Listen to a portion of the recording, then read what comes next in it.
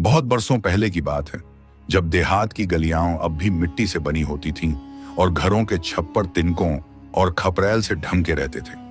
उन्हीं दिनों एक छोटा सा गांव आबाद था, जहां जिंदगी सादगी के साथ मगर तंगी में गुजरती थी। उस गांव के किनारे एक जर्जर झोंपड़ी खड़ी थी। वही झोंपड़ी इस किस्से की जमीन है। इस झोंपड़ी में एक गरीब औरत रहती थी। नाजुक जिस्म, पीला चेहरा और थकी हुई आंखें, मगर दिल में ममता का समंदर।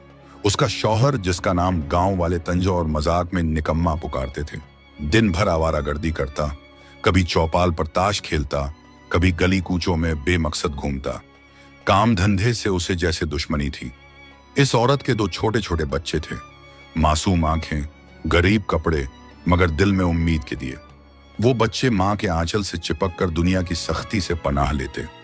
घर के एक कोने में एक बूढ़ा बाप भी था, कमजोर जिस्म, झुकी हुई कमर और चंद सफेद बाल, जिनसे उसकी उम्र की गवाही मिलती थी। उसकी आंखों में कभी पुरानी मेहनत की चमक होती थी, मगर अब वो सिर्फ अपनी औलाद के हालात देखकर आहें भरता। गांव वाले इस खानदान को तुच्छ नजरों से देखते। औरत अपनी पूरी ताकत से घर संभालने की कोशिश करती, मगर निकम्मे शौहर की लापरवाही ने सबको तंगदस्ती की आग में झोंक दिया था।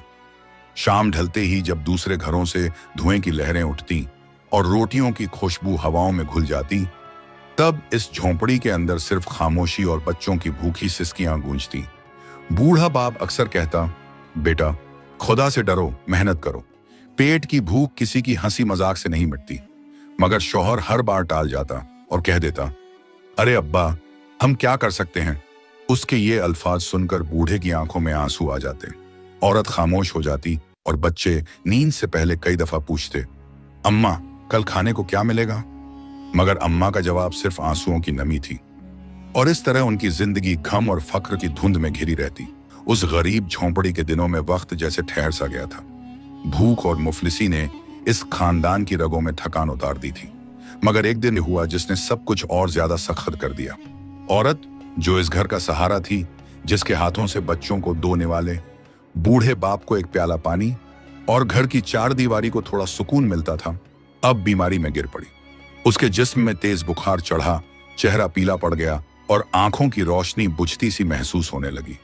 वह अब पहले की तरह चूल्हे पर बैठकर रोटियां नहीं पका सकती थी, न ही बच्चों की भूख को अपने आंचल से दबा सकती थी। बच्चों के होंठ सूख गए, उनके पेट के अंदर से गुर्राहट की आवाजें आने लगी। एक दिन वो अब्बा से कहने लगे, अब्बा, अम्मा को दवा ला दो, अम्मा को ठीक कर दो, हमें भूख लगी है। मगर निकम्मा शौहर सिर झुकाकर खड़ा रहता। उसके पास न पैसे थे, न हिम्मत, न कोई रास्ता। वह कभी गांव की चौपाल की ओर जाता, कभी पड़ोसियों की झोंपड़ी की तरफ झांकता, मगर जब हाथ फैलाने का वक्त आता तो उसकी जुबान बंद हो जाती। पड़ोसियों ने शुरू के दिनों में मदद की। किसी ने आधा सेर आटा दे दिया, किसी ने 2 प्याले चावल थमा दिए। मगर गांव की अपनी भी मजबूरियां थीं। हर घर का चूल्हा बड़ी मुश्किल से जलता, हर किसी की झोली तंग थी। धीरे धीरे लोग कतराने लगे। कोई कहता, हमारे पास भी कुछ नहीं। कोई सिर फेर कर निकल जाता। बूढ़ा बाप अपने कमजोर हाथों से कभी लाठी पकड़कर दरवाजे तक जाता और आसमान की तरफ देखता, फिर लौटकर अपने कमरे में बैठ जाता। उसकी आंखें भर आती और वह बुदबुदाता, ऐ खुदा, इन मासूम बच्चों पर रहम कर। औरत बिस्तर पर पड़ी पड़ी कराहती। उसके होंठ सूख जाते और वह बच्चों को ताकती। बच्चों की आंखों में आंसू आते तो वह अपनी हिम्मत जुटाकर कहती, बेटा, अल्लाह बड़ा रहम करने वाला है, शायद कल बेहतर होगा। लेकिन बच्चों का मासूम दिल कब तक सब्र करता। भूख की आग ने उन्हें कमजोर बना दिया। कभी वे मिट्टी में खेलते खेलते गिर पड़ते, कभी आंगन के एक कोने में बैठकर सुबकते। शौहर के लिए यह मंजर जैसे आईना था। उसके कानों में हर रोज बच्चों की आवाजें गूंजती, अब्बा, खाने को क्या है, और उसका दिल शर्म से डूब जाता। गांव के लोग अब बातें बनाने लगे। कोई कहता, देखो, मर्द जिंदा है, मगर औरत और बच्चे भूख से तड़प रहे हैं। दूसरा कहता, यह सब उसके निकम्मेपन का नतीजा है। अगर मेहनत करता तो घर की हालत ऐसी ना होती। ये बातें शौहर को तीर की तरह चुभती। वह गुस्से में कभी चुप्पी साध लेता, कभी किसी पर चिल्ला उठता। मगर जब रात गहराती और झोंपड़ी में सिर्फ खामोशी और बच्चों की सिसकियां रह जाती, तब उसका दिल टूट कर रह जाता। वक़्त का पहिया और सख्त घूमने लगा। घर में चूल्हा बुझा रहा। औरत बिस्तर पर दम तोड़ती हुई महसूस होने लगी। बच्चे भूख से और बूढ़ा बाप बेबसी से कमजोर होता गया। अब शौहर की रूह पर एक बोझ सा चढ़ने लगा। उसे अपनी गलतियों और निकम्मेपन का एहसास होने लगा। उसके दिल में पहली बार यह ख्याल गूंजा, अगर मैंने अब भी कुछ न किया तो यह घर हमेशा के लिए बर्बाद हो जाएगा। झोंपड़ी के अंदर सिसकियों और कराहों का आलम था। औरत बिस्तर पर पड़ी पड़ी मौत और जिंदगी की जंग लड़ रही थी। बूढ़ा बाप अपने कमजोर हाथों से बच्चों को सहलाता और दिल ही दिल में आहें भरता। बच्चे भूख से तड़पते हुए कभी मां की तरफ देखते, कभी अब्बा की ओर। और अब्बा, अब वह निकम्मा शौहर, आखिरकार अपनी गलतियों के बोझ तले दब गया। रात की खामोशी में जब औरत की धीमी आवाज आई, बच्चों को बचा लो, अब और देर ना करो, तो उसकी रगों में जैसे बिजली सी दौड़ गई। सुबह होते ही वह पहली बार अपने आप से कह बैठा, काफी हो चुका, अब और शर्मिंदगी नहीं। अगर मेरी वजह से यह घर बर्बाद हुआ तो अल्लाह के सामने क्या जवाब दूंगा। अब मुझे काम की तलाश करनी होगी, चाहे जैसी भी मेहनत क्यों ना करनी पड़े। वह उठ खड़ा हुआ, अपने झुर्रीदार कुर्ते को संभाला, बच्चों की आंखों में शर्म और लाचारी से देखा और झोंपड़ी का दरवाजा खोलकर बाहर निकल पड़ा। सबसे पहले वह गांव के खेतों की तरफ गया। वहां मजदूर हल चला रहे थे, कोई बैल की रस्सी पकड़कर मिट्टी जोत रहा था। उसने किसान से हाथ जोड़कर कहा, मुझे भी काम पर रख लो, चाहे थोड़ा ही मजदूरी दे देना। किसान ने दया की नजरों से देखा और कहा, अगर काम करना जानते हो तो रहो। वह मिट्टी में कूद पड़ा। हाथों में हल्की ताकत थी मगर हिम्मत टूट चुकी थी। दोपहर तक काम किया मगर धूप और थकान ने उसे चूर कर दिया। सांसें फूलने लगीं और हाथ पांव जवाब दे बैठे। किसान ने सर हिलाया और बोला, तुमसे यह काम नहीं होगा, जाओ कहीं और कोशिश करो। उसका सिर शर्म से झुक गया। इसके बाद वह गांव के किनारे वाले बाग की तरफ बढ़ा। वहां लोग पेड़ों से फल तोड़ रहे थे, टोकरी भर रहे थे। उसने मालिक से गुजारिश की, मुझे भी काम दे दो, मेरे घर में भूख है, औरत बीमार है। मालिक ने कहा, ठीक है, इन पेड़ों से फल उतार लो। वह पेड़ पर चढ़ा मगर जैसे ही शाख पर कदम रखा उसका पैर फिसल गया और वह जमीन पर गिर पड़ा। मजदूर हंसने लगे। मालिक ने नाराज होकर कहा, अरे तुमसे यह भी ना हुआ, जाओ, हमें बेकार लोगों की जरूरत नहीं। उसकी आंखें नम हो गईं। आखिरकार वह जंगल की तरफ निकल पड़ा। वहां लकड़हारे कुल्हाड़ी से पेड़ काट रहे थे। उसने हिम्मत करके एक लकड़हारे से कहा, भाई मुझे भी संग ले लो, मैं मेहनत करूंगा। लकड़हारे ने तरस खाकर उसे एक छोटी कुल्हाड़ी पकड़ा दी मगर लकड़ी काटना आसान न था। हथेली छिल गई, खून निकल आया और उसके हाथ कांपने लगे। लकड़हारे ने कहा, दोस्त, यह काम ताकत वालों का है, तुम थक जाओगे और तुम्हें मजदूरी भी नहीं मिलेगी, जाओ कहीं और कोशिश करो। अब उसका दिल टूटने के करीब था। शाम ढल चुकी थी, सूरज ढलने लगा और आसमान पर लालिमा फैल गई। वह थका मांदा गमगीन कदमों से गांव की पगडंडी पर लौट रहा था। दिल में बोझ था, आज भी मैं कुछ न ला सका, बच्चे फिर भूखे सोएंगे। अम्मा की दवा न आई, अब्बा की आंखों में आंसू बढ़ गए और मैं तो सिर्फ नाकामी का बोझ ढो रहा हूं। उसकी आंखें नम थीं मगर दिल में कहीं ना कहीं यह एहसास जागा, मेरे अंदर हिम्मत की कमी है, मगर शायद तकदीर ने मेरे लिए कोई और रास्ता रखा है। वह यह सोचते सोचते गांव के कुएं की तरफ बढ़ गया। थका हारा, नाकाम और शर्म से टूटा हुआ शौहर उस शाम गांव के रास्तों से गुजरते हुए कुएं के किनारे आ पहुंचा। आसमान पर ढलते सूरज की सुर्ख रोशनी बिखरी हुई थी और दूर खेतों से लौटते बैलों की घंटियां बज रही थीं। मगर उसके दिल में सन्नाटा था, भूख, गम और बेबसी का सन्नाटा। वह कुएं के पास आकर बैठ गया। उसके पेट में भूख से मरोड़ उठ रही थी और आंखों में आंसू भरे हुए थे। उसने अपने दोनों हाथों से चेहरा ढक लिया और बड़बड़ाने लगा, ए खुदा, मैं निकम्मा हूं, बच्चों की भूख मिटा ना सका, बीमार औरत को दवा न दिला सका, बूढ़े अब्बा की आंखों से आंसू पोंछ न सका। अब मुझसे और क्या रह गया है। उसकी आवाज कभी ऊंची हो जाती, कभी धीमी पड़ जाती, जैसे पागलपन का आलम हो। कभी वह जमीन पर मुक्के मारता, कभी आसमान की तरफ देखकर सवाल करता। तभी अचानक कुएं और तालाब की हवा में एक अजीब सी सरसराहट गूंजी। पानी की सतह पर लहरें उठीं, जैसे किसी ने पत्थर फेंक दिया हो। चारों तरफ ठंडी हवा चली और उस हवा के साथ चार परछाइयां धीरे धीरे नमूदार होने लगी। वह घबरा गया। पहले तो समझा कि शायद भूख और थकान ने उसकी आंखों में धोखा पैदा कर दिया है, मगर जैसे जैसे परछाइयां साफ हुईं, उसने देखा कि चार खूबसूरत जिन्नजादियां पानी से निकलकर सामने खड़ी हैं। उनके जिस्म से अजीब रोशनी झलक रही थी, बाल हवा में लहराते थे और आंखों में चांदनी जैसी चमक। शौहर हड़बड़ाकर पीछे हट गया और कांपती आवाज में बोला, कौन हो तुम? इंसान हो या ख्वाब? चारों जिन्नजादियां आपस में कानाफूसी करने लगी। एक ने कहा, यह वही निकम्मा आदमी है जिसकी आवाज औरतों और बच्चों की भूख से आसमान तक पहुंची है। दूसरी बोली, हाँ, हम हर रात इसके घर की कराहें सुनते थे, आज इसकी बेबसी इसे यहां ले आई है। तीसरी जिन्नजादी ने कहा, मगर देखो ये कितना शर्मिंदा और लाचार है, इसका दिल टूटा हुआ है। चौथी बोली, इसीलिए हमें इसका इम्तिहान लेना चाहिए, अगर यह सचमुच तौबा कर चुका है तो मदद करनी चाहिए। शौहर की आंखों से आंसू बहने लगे।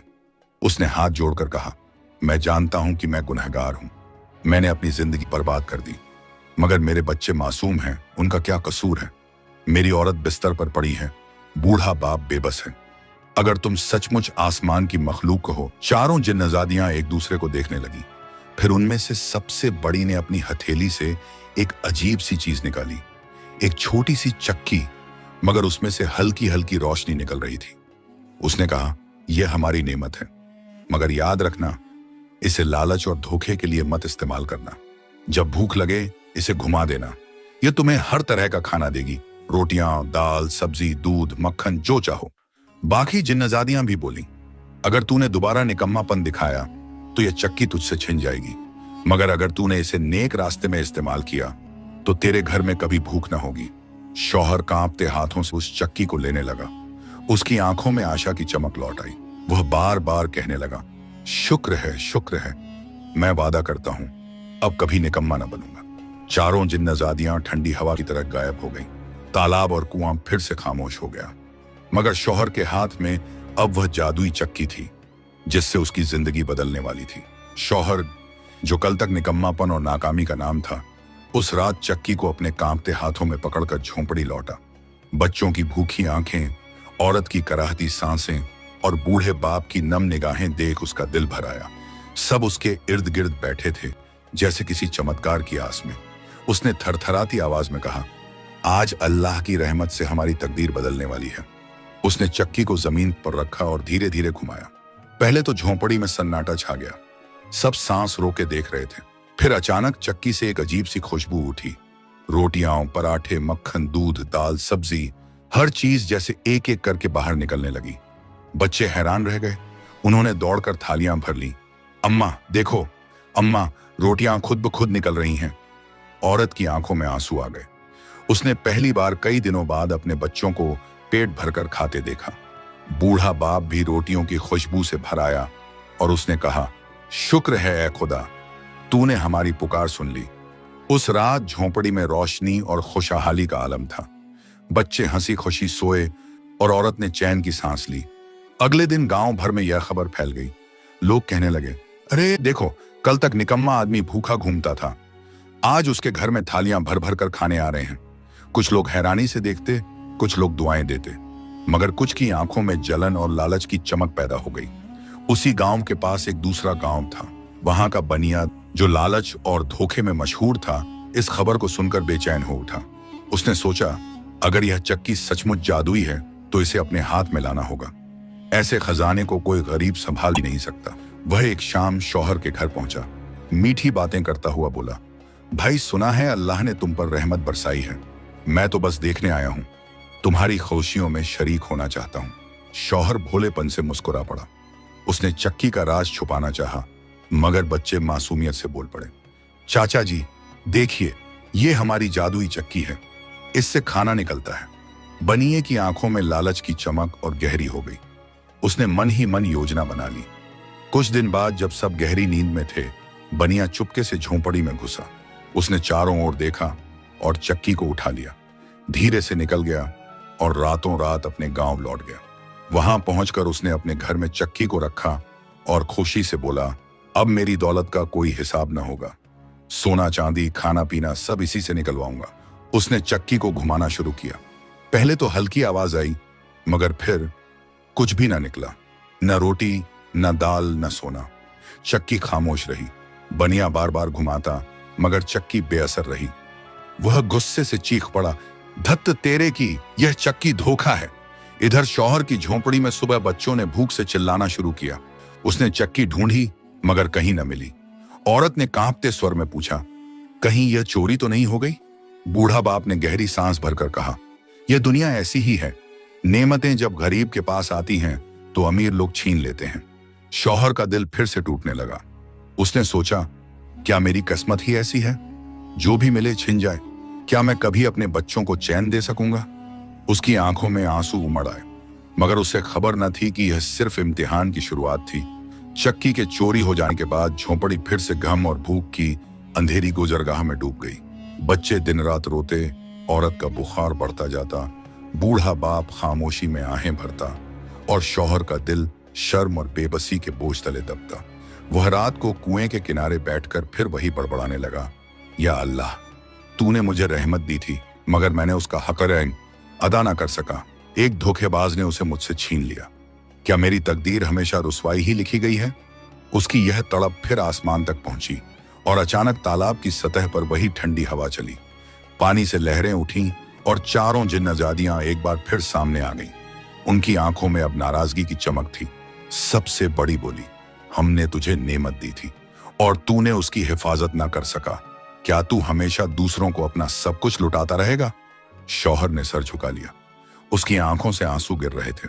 उसने हाथ जोड़कर कहा, मुझसे गलती हुई, मैं घाफिर रहा, मगर कसम है मेरे मासूम बच्चों की भूख की। अब अगर तुम मुझे मौका दोगी तो मैं हर हाल में उसकी हिफाजत करूंगा। जिन्नजादियां एक दूसरे को देखने लगी।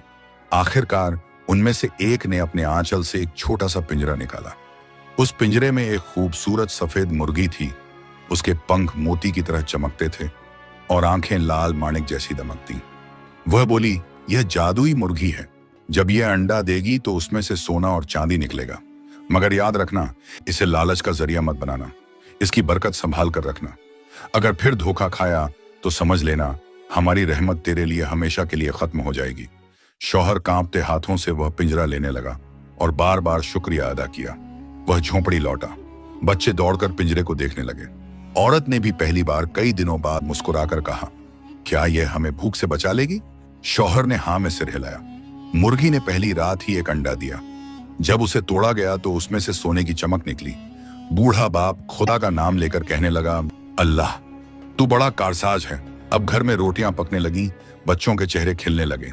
धीरे धीरे उन्होंने सोना बेचकर औरत की दवा खरीदी। उसके जिस्म की हालत बेहतर होने लगी। मगर खुशहाली की खबर फिर बाहर पहुंची। वही लोभी बनिया जिसने चक्की चुराई थी अब और बेचैन हो उठा। उसने सुना, इस बार उस निकम्मे के पास जादुई मुर्गी आ गई है जो सोने चांदी के अंडे देती है। उसकी आंखों में लालच और बढ़ गया। उसने सोचा, पहली चक्की तो मेरे काम की न निकली, मगर यह मुर्गी, यह तो मुझे अमीर बना सकती है। अगर यह मेरे हाथ लग गई तो मैं पूरे इलाके का सबसे बड़ा सौदागर बन जाऊंगा। उसने योजना बनाई। रात के अंधेरे में फिर से शौहर की झोंपड़ी में दाखिल हुआ। सब गहरी नींद में थे। बच्चों के मासूम चेहरे नींद में खिल रहे थे। औरत थकी हुई थी। बूढ़ा बाप नींद के बोझ तले आंखें बंद किए पड़ा था। बनिया दबे पांव पिंजरे के पास आया। मुर्गी हल्की आवाज में कुकड़ाई, मगर किसी की नींद न टूटी। उसने पिंजरा उठाया और चुपचाप बाहर निकल गया। सुबह होते ही शौहर ने पिंजरा ढूंढा, मगर पिंजरा गायब था। उसके चेहरे का रंग उड़ गया। बच्चे रोने लगे, अब्बा, हमारी मुर्गी कहां गई? हमारे सोने के अंडे? औरत ने सिर पकड़ लिया। बूढ़ा बाप ने भारी आवाज में कहा, यह वही बनिए की कारस्तानी है। उसने पहली बार भी छीना, अब फिर वही किया। उधर बनिया अपने गांव लौटकर खुशी खुशी पिंजरा खोला और बोला, चलो अब देखता हूं हर दिन सोने के अंडे कैसे मिलते हैं। मुर्गी ने पहली ही रात अंडा दिया। उसने अंडा तोड़ा और उसमें से सचमुच सोने की चमक निकली। उसकी आंखें लालच से चौड़ी हो गईं। वाह, अब तो मैं हमेशा के लिए अमीर हो गया। मगर उसका लालच बढ़ता ही चला गया। उसने मुर्गी की तरफ देखा और बुदबुदाया, क्यों ना इसे काट ही डालूं? इसका पूरा खजाना इसके पेट के अंदर छुपा होगा। उसने तुरंत छुरी उठा ली और मुर्गी को काट डाला। मगर जब पेट चीर कर देखा तो न सोना निकला, न चांदी, सिर्फ खून और मांस। उसकी आंखें फटी की फटी रह गईं। हाय, मैंने अपनी ही बरकत खत्म कर दी। वह गुस्से और पछतावे से पिंजरा पटक कर बैठ गया। इधर शौहर की झोंपड़ी फिर अंधेरे में डूब गई। दूसरी बार नेमत उसके हाथ से निकल गई। बच्चे भूख से रोते, औरत की आंखें नम हो जाती। बूढ़ा बाप फिर से आहें भरने लगा। शौहर का दिल अब और भी टूटा, मगर उसके दिल की गहराई में कहीं यह उम्मीद बाकी थी कि शायद जिन्नजादियां एक बार और रहमत करेंगी। मुर्गी के खो जाने और बच्चों की मासूम उम्मीदों के बुझ जाने के बाद झोंपड़ी का आलम फिर से अंधेरों में डूब गया। औरत की आंखें फीकी पड़ चुकी थीं, बूढ़ा बाप अब और ज्यादा झुक गया था और बच्चे पेट पकड़ पकड़ कर रोते थे। शौहर बार बार आसमान की तरफ देखकर कहता, या इलाही, मैंने गुनाह किए हैं, मैं निकम्मा रहा, मगर मासूम बच्चों और बीमार औरत का क्या कसूर? क्यों हर नेमत मेरे हाथ से छिन जाती है? उसकी यह सिसकियां एक रात फिर तालाब के पानी तक पहुंची और अचानक वही ठंडी हवा, पानी से लहरें उठी और चारों जिन्नजादियां उस सामने आ खड़ी हुई। मगर इस बार उनके चेहरों पर गुस्से की लपटें साफ झलक रही थीं। सबसे बड़ी जिन्नजादी बोली, हमने तुझे 2 बार आजमाया, पहले चक्की दी, फिर मुर्गी। दोनों बार तूने उसकी हिफाजत न की। क्या तू हर बार दूसरों के धोखे का शिकार बनता रहेगा?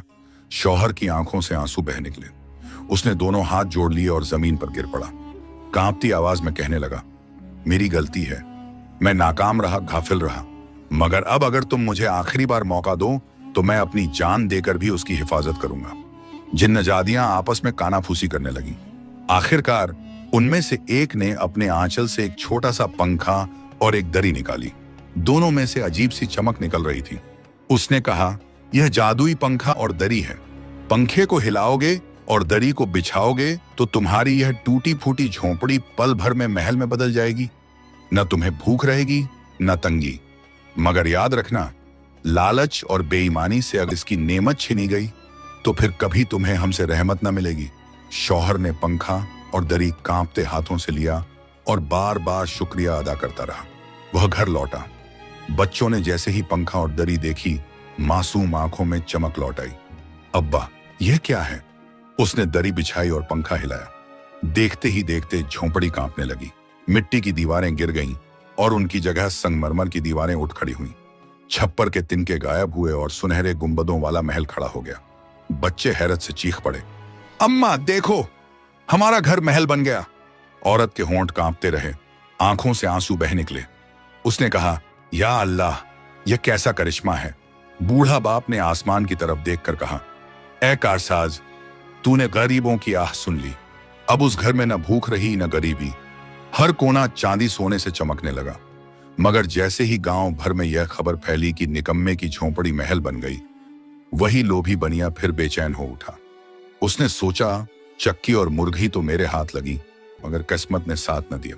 मगर यह पंखा और दरी, अगर ये मेरे पास आ गए तो सारा गांव मेरे पैरों में गिरेगा। उसने अपने आदमियों को बुलाया और योजना बनाई। रात के अंधेरे में जब सब नींद में थे, वह चुपके से महल में दाखिल हुआ। सोने की दीवारें और चांदी की सीढ़ियां देखकर उसकी आंखें चौंधियां गईं। उसने दबे पांव दरी पंखा उठा लिया और निकल भागा। अपने गांव पहुंचकर उसने दरी बिछाई और पंखा हिलाया। पहले तो हल्की हवा चली, मगर फिर न कोई महल बना न कोई करिश्मा हुआ। उसने बार बार पंखा हिलाया, दरी को पलटा, मगर कुछ न हुआ। वह गुस्से से चिल्ला उठा, धत्त तेरे की, यह भी मेरे काम का न निकला। यह निकम्मा हमेशा नेमत पाता है और मैं हाथ मलता रह जाता हूं। मगर उसे खबर न थी कि दरअसल जादू उसी के लिए चलता था जिसने उसे ईमान और सब्र से संभालना सीखा हो। सुबह शौहर उठा तो देखा कि महल फिर से गायब हो चुका है। उसके सामने वही टूटी झोंपड़ी खड़ी थी। बच्चे मायूस हो गए, औरत फिर से खामोश हो गई। बूढ़ा बाप ने लाठी टेक कर गहरी सांस ली। शौहर की आंखें आंसुओं से भर आईं। उसने सोचा, लगता है मैं वाकई बदकिस्मत हूं। जो भी नेमत आती है मुझसे छिन जाती है, मगर अब हार नहीं मानूंगा। उसका दिल टूट चुका था, मगर कहीं गहराई में यह एहसास जागा कि जिन्नजादियां अब की बार आखिरी इम्तिहान लेने वाली हैं। झोंपड़ी के महल में बदलने और फिर उसी रात मिट्टी की दीवारों में ढह जाने के बाद उस गरीब शौहर का दिल जैसे चकनाचूर हो गया। बच्चों की आंखों में फिर मायूसी लौट आई। औरत की सांसें लंबी आहों में बदल गईं। बूढ़े बाप ने लाठी टेक कर सिर झुका लिया। उस रात शौहर अकेला कुएं के पास जा बैठा। ठंडी हवा बह रही थी। आसमान पर चांद आधा ढका हुआ था। वह रो रो कर कहने लगा, या इलाही, मैं हर बार आजमाइश में नाकाम हो जाता हूं। जो भी नेमत मिलती है कोई न कोई चालाक उसे मुझसे छीन लेता है। अब मैं कैसे बच्चों की भूख मिटाऊं? मैं गुनहगार हूं, मगर मेरी औरत और मासूम बच्चों का क्या कसूर है? उसकी यह तड़प फिर आसमान तक पहुंची। अचानक तालाब के पानी पर हलचल हुई, सरसराती हुई हवा चली और चारों जिन्नजादियां सामने आ गईं। इस बार उनके चेहरों पर रहमत नहीं, बल्कि गुस्से की लपटें थीं। उनकी आंखें जैसे आग बरसा रही थीं। सबसे बड़ी जिन्नजादी ने तेज आवाज में कहा, अरे निकम्मे आदमी, हमने तुझे 3 बार मौका दिया।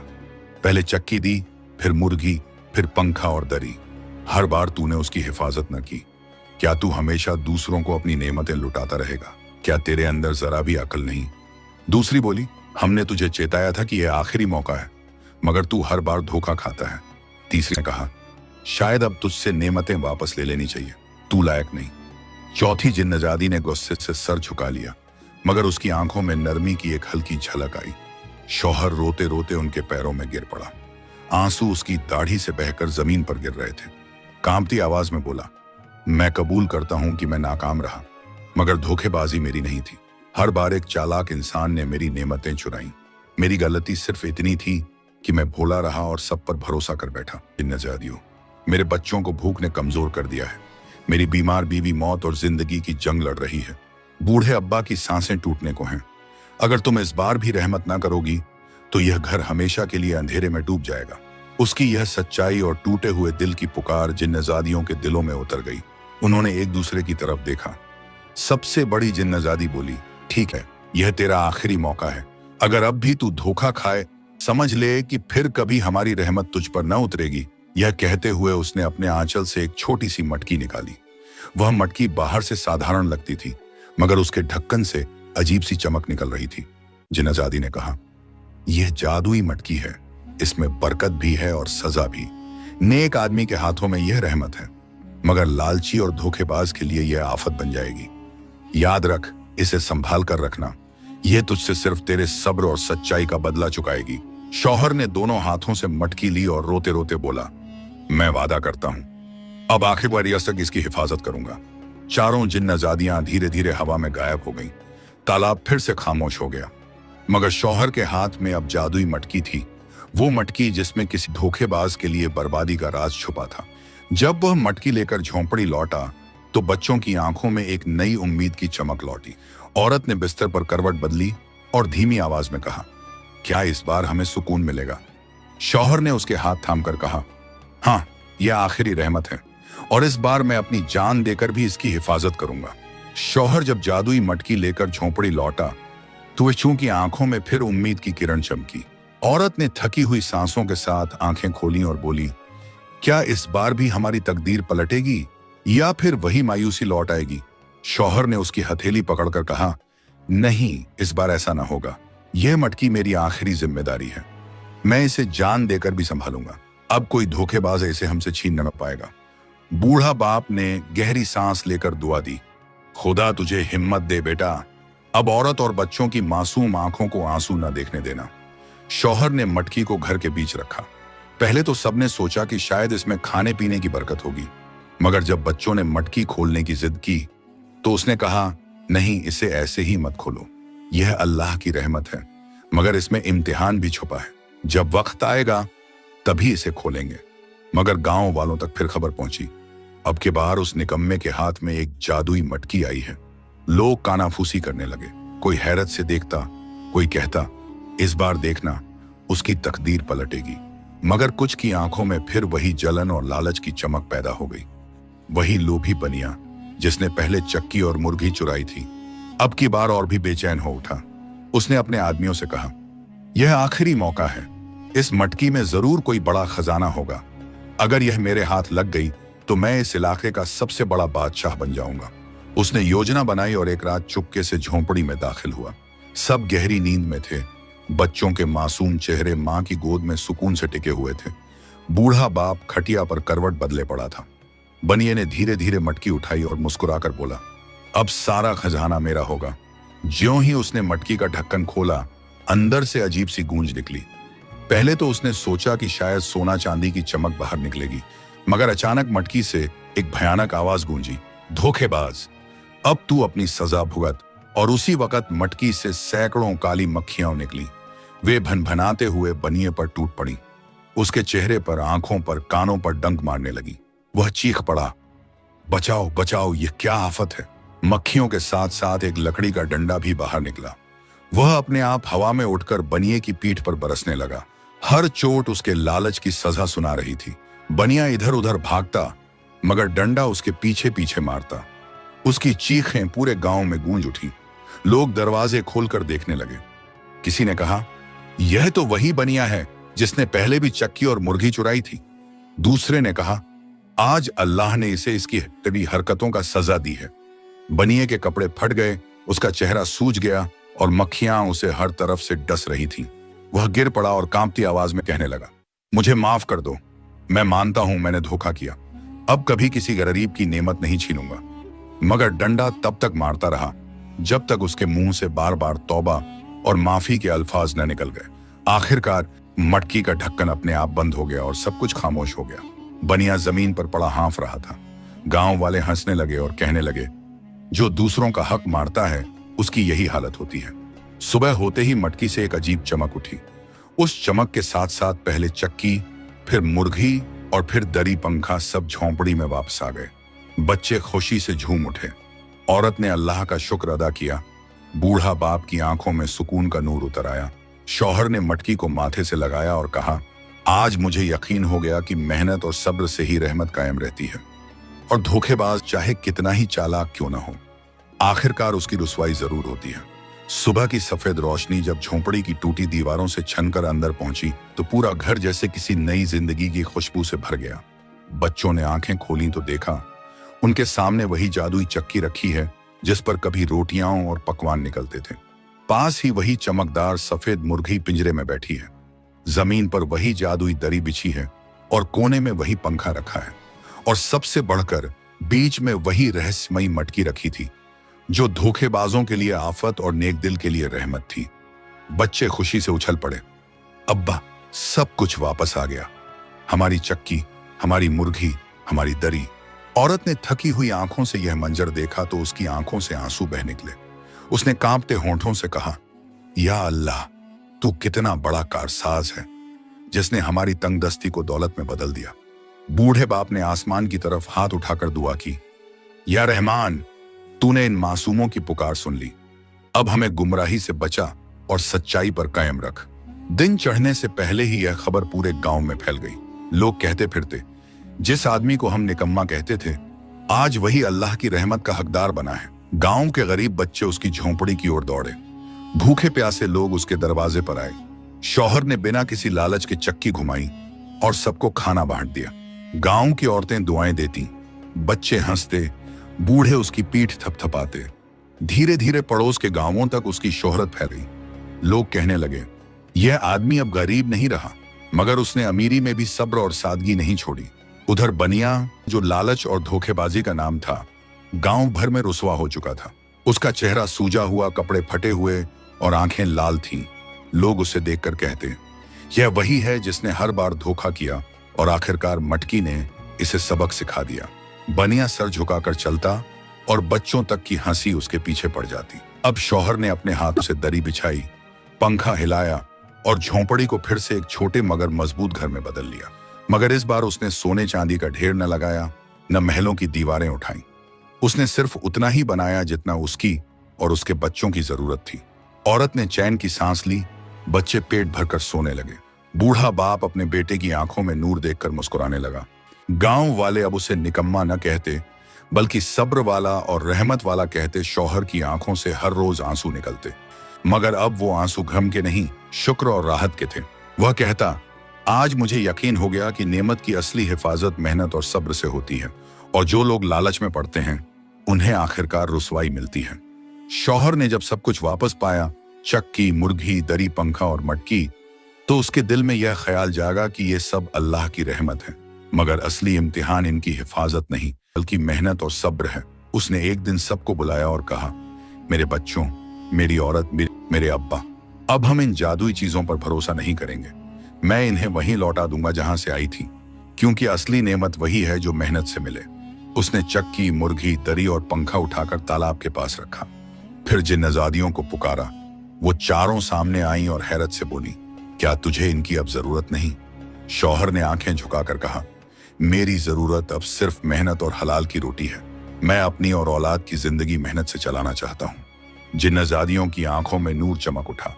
उन्होंने कहा, तूने आखिरकार सबक सीख लिया, यही असली दौलत है। उस दिन से शौहर खेतों में मेहनत करने लगा।